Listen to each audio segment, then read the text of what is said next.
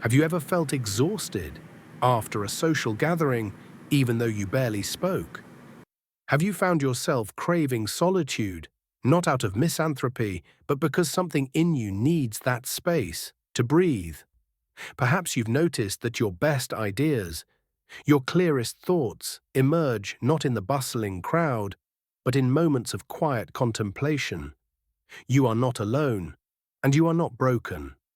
There is a particular kind of suffering, one that comes from living in a world that celebrates extroversion, constant connection, and perpetual social engagement. A suffering that arises when your natural inclination toward solitude, toward deep thought, is treated as something to overcome, to fix, to apologize for.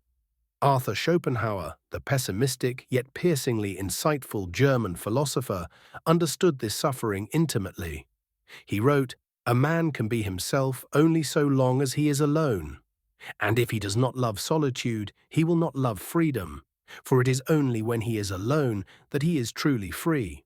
These words, written nearly 2 centuries ago, speak directly to the introvert soul, to anyone who has felt the crushing weight of social expectation pressing against their authentic nature. This video is not about becoming a hermit, nor about rejecting human connection entirely. It is about something far deeper. It is about recognizing the profound value of solitude in a world that increasingly devalues it.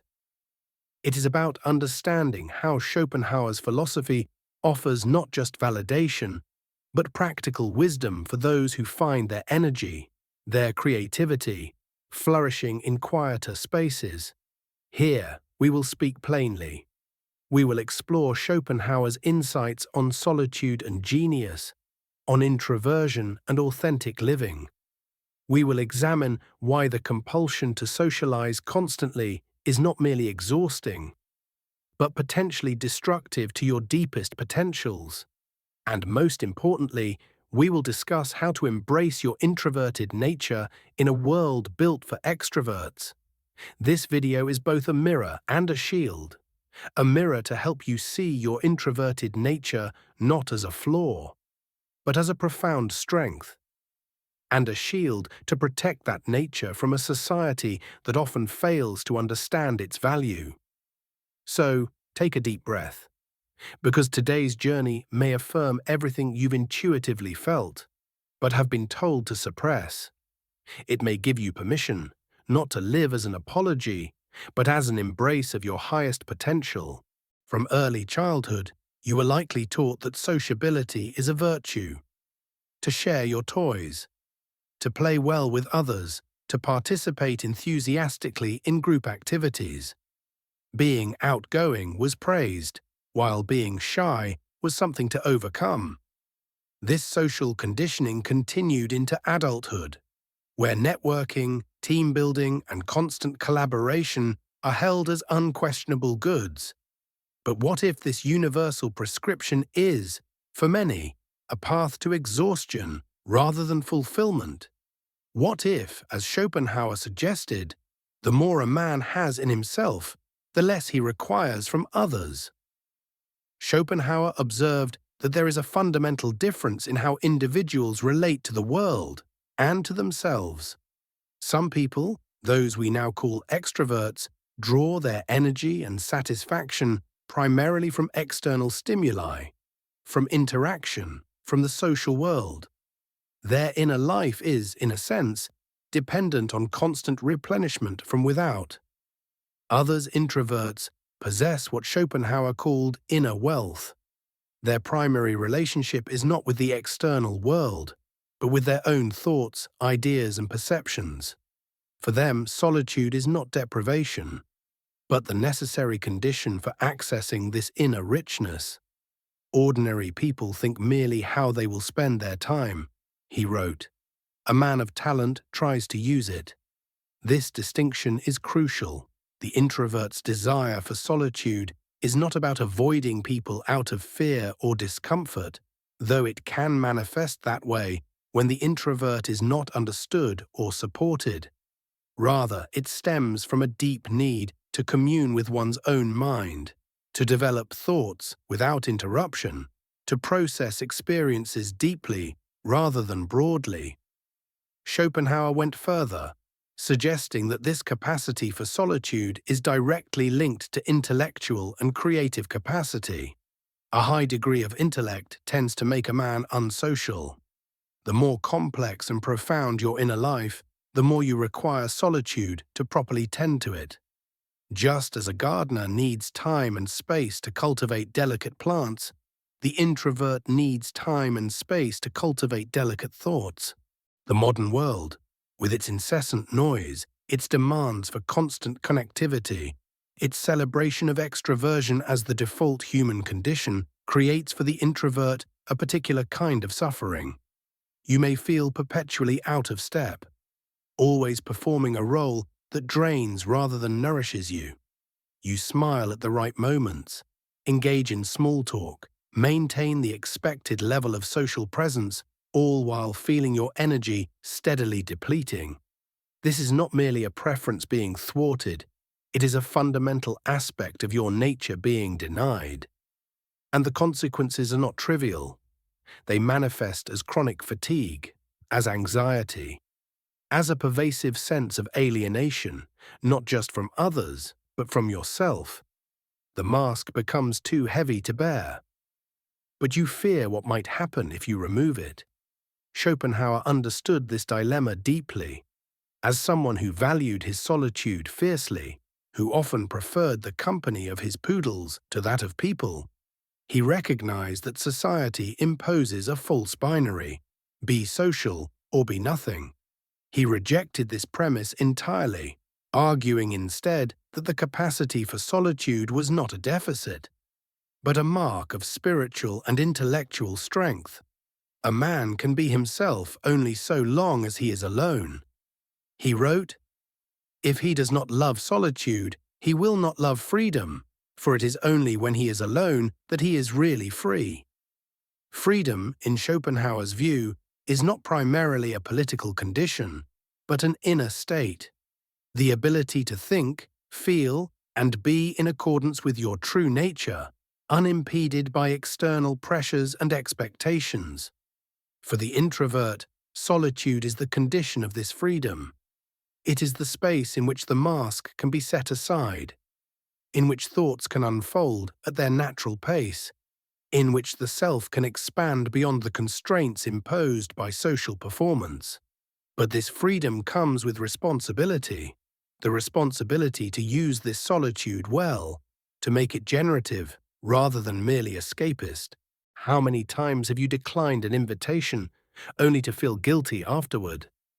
How many times have you pushed yourself to attend a social event, only to return home feeling depleted, empty, as if something essential had been drained from you?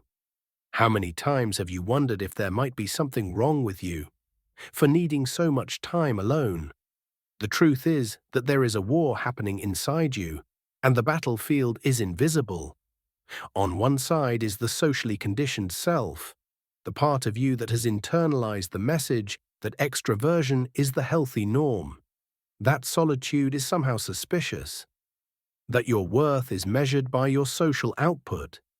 This part feels guilty for declining invitations, anxious about being perceived as antisocial, concerned that your need for solitude might be a character flaw rather than a legitimate need. On the other side is your authentic nature, the part of you that knows intuitively that your best thinking, your most genuine emotional experiences, your most profound insights occur when you have the space to turn inward, to process deeply, to be truly present with yourself.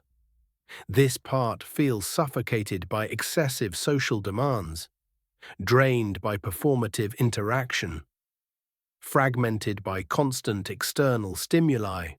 Schopenhauer recognized this internal conflict and offered a radical perspective. What if the problem isn't your need for solitude, but society's inability to value it properly?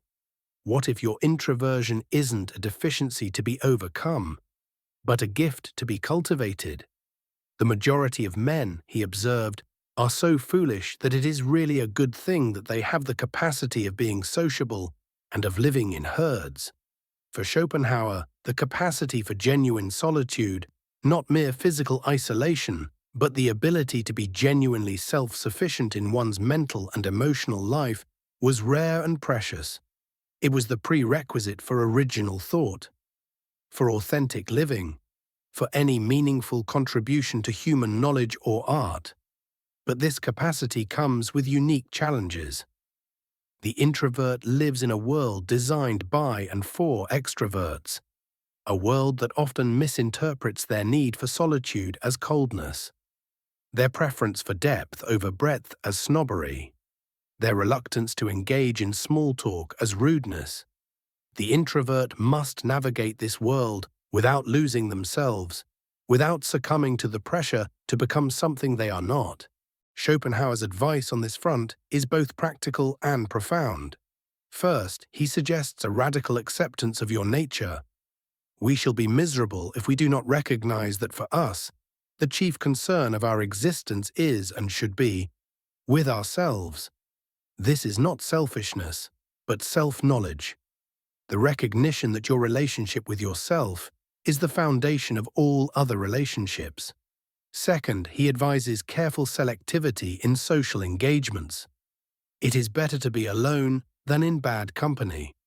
Not all social interaction is equal. Some conversations nourish, others deplete. Some relationships expand your world, others contract it. The introvert's task is not to avoid people entirely, but to choose wisely where to invest their limited social energy. Third, he emphasizes the importance of meaningful work. The best consolation in misfortune or affliction of any kind is the thought of other people who are in a still worse plight than yourself.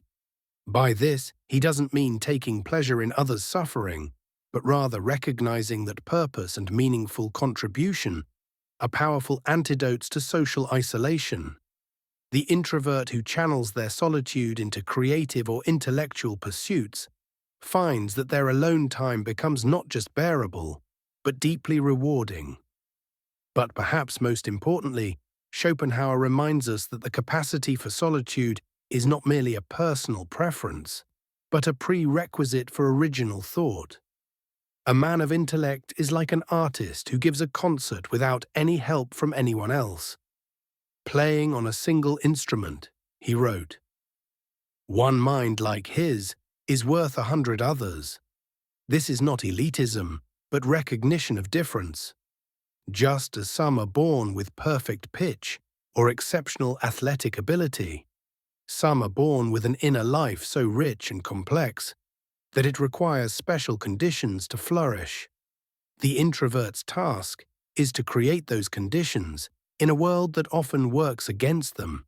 There is a particular psychological type that Schopenhauer recognized as especially vulnerable to social pressure, yet especially capable of profound contribution when properly nurtured. The contemplative genius. This type is characterized not just by introversion, but by a particular quality of inner life, a tendency toward deep reflection, a capacity for sustained concentration, an ability to perceive connections and patterns that others miss. For this type, solitude is not just preference, but necessity. Their minds work differently. More slowly perhaps, but also more thoroughly. They process information not in quick, easily communicable chunks, but in complex, interconnected webs.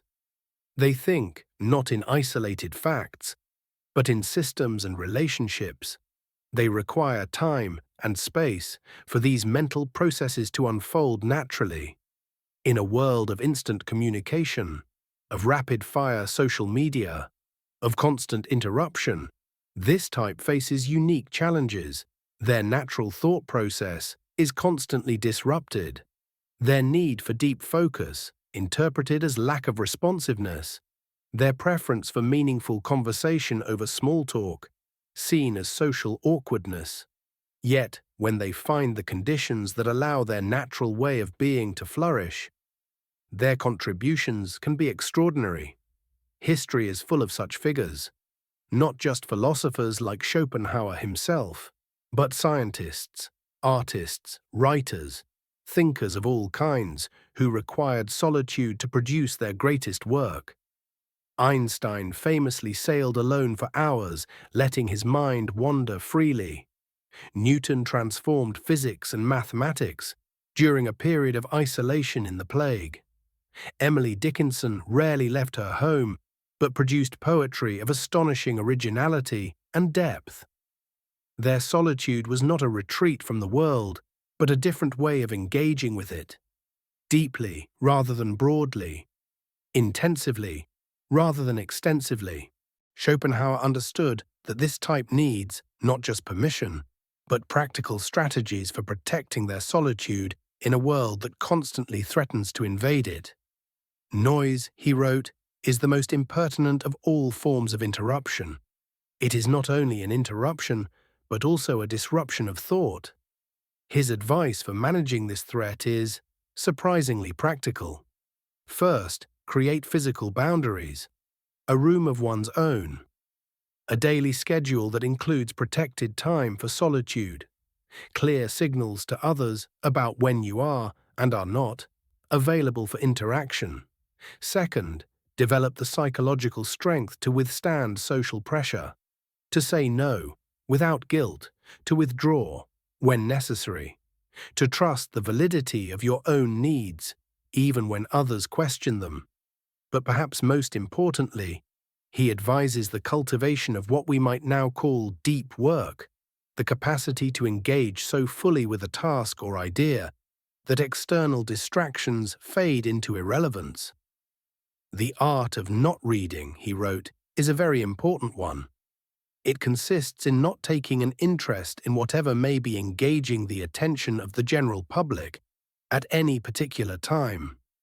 In our terms, this might mean limiting social media, being selective about news consumption, resisting the pull of trending topics and viral content. It means creating space for your mind to pursue its own interests, at its own pace, undisturbed by the collective attention of the moment. For the introvert, especially the contemplative type, this advice is liberating. It offers not just permission, but a practical framework for creating a life that honors, rather than fights against, your natural tendencies. It suggests that your need for solitude is not a weakness to overcome, but a strength to cultivate. Not a deficit, but a different kind of fullness. The unconscious does not speak in the language of social convention. It doesn't care about how many friends you have on Facebook or how many parties you attend. It speaks in the language of energy, of vitality, of authentic resonance, or the lack thereof. When you consistently betray your introverted nature, pushing yourself into excessive socialization, ignoring your need for solitude and deep thought, the unconscious begins to send signals. These are not gentle suggestions, but urgent warnings that something essential is being violated.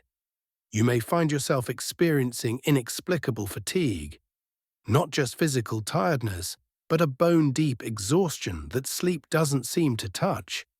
You may experience sudden anxiety in social situations that once seemed manageable. You may find your thoughts becoming fragmented, your creativity diminished, your sense of self increasingly tenuous.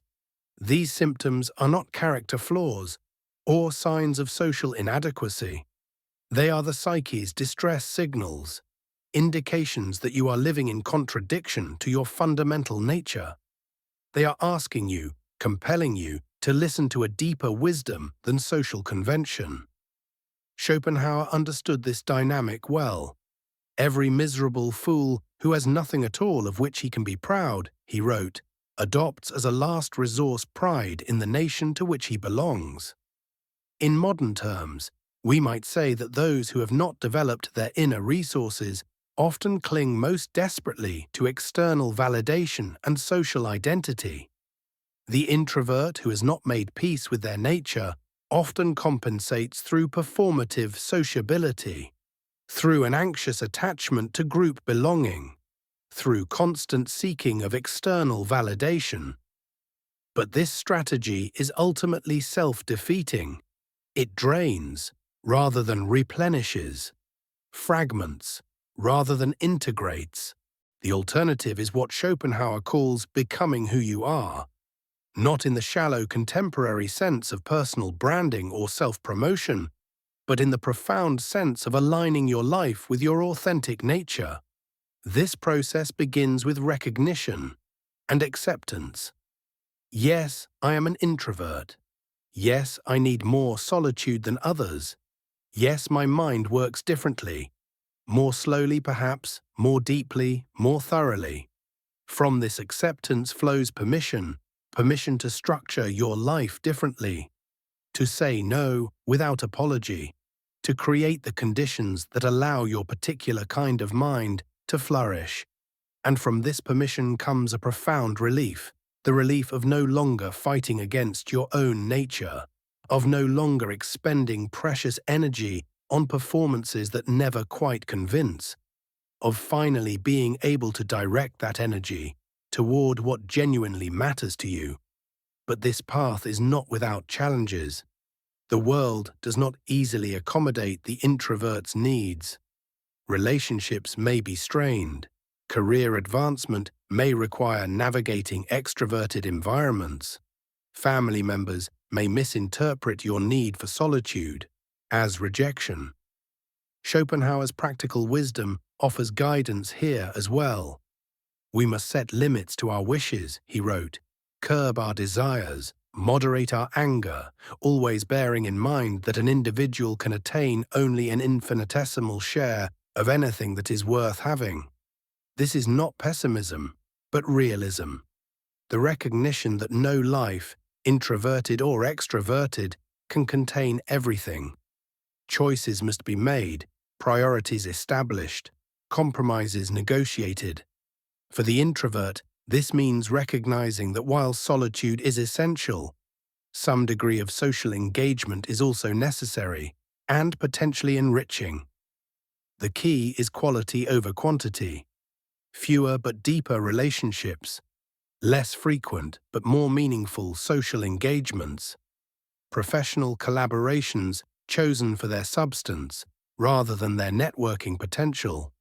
It also means developing what we might call a sustainable social practice, rhythms of engagement and withdrawal that honor your need for solitude while still maintaining necessary connections.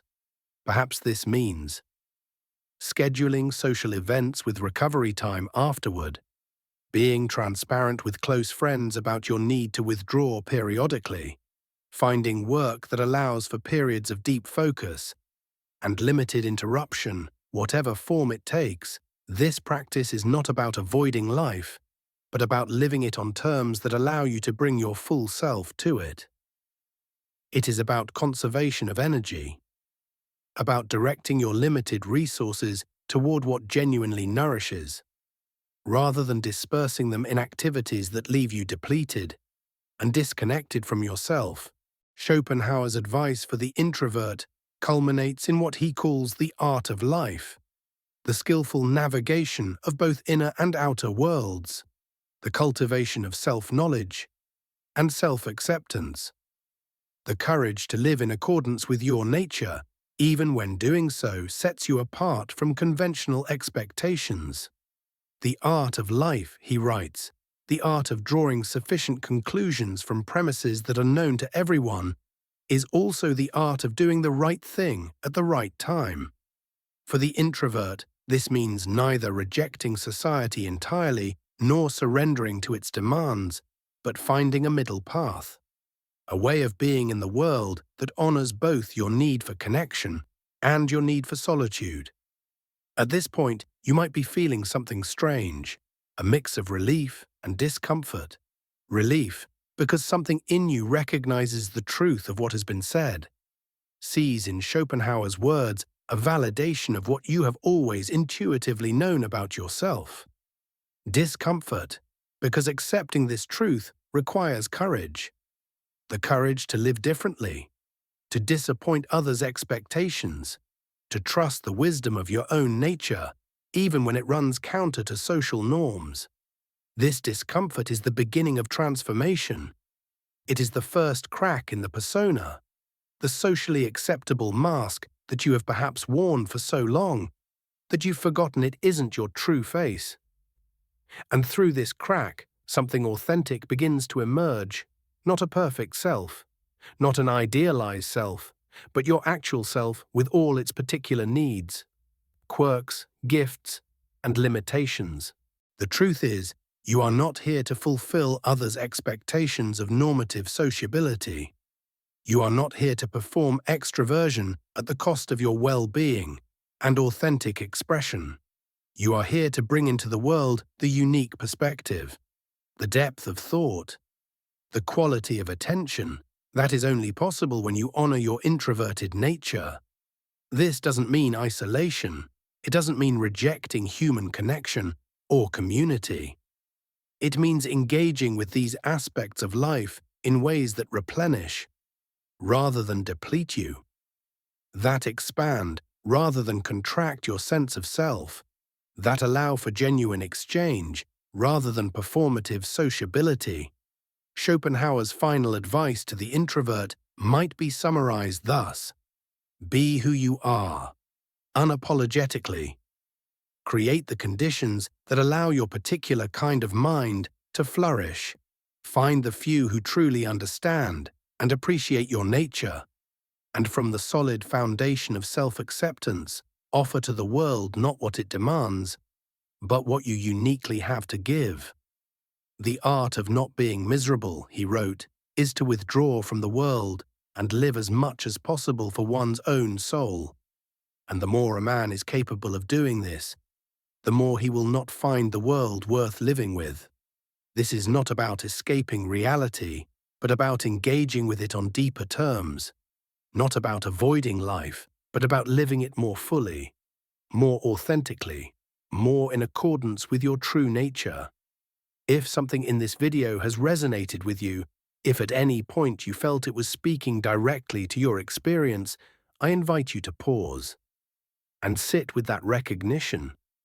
What part of you has been affirmed? What permission have you been given?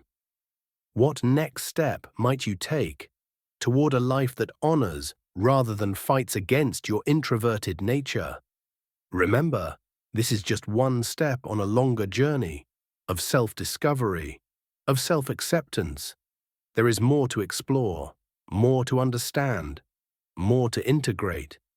But the recognition of your fundamental nature, not as a flaw to overcome, but as a gift to cultivate, is perhaps the most important step of all. So keep going. Trust the wisdom of your need for solitude. Create the conditions that allow your particular kind of genius to flourish. And know that in doing so, you are not withdrawing from life, but engaging with it on deeper, more authentic terms.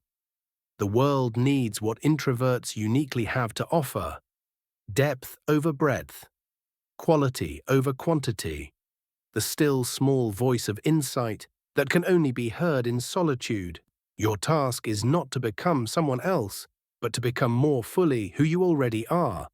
See you in the next video.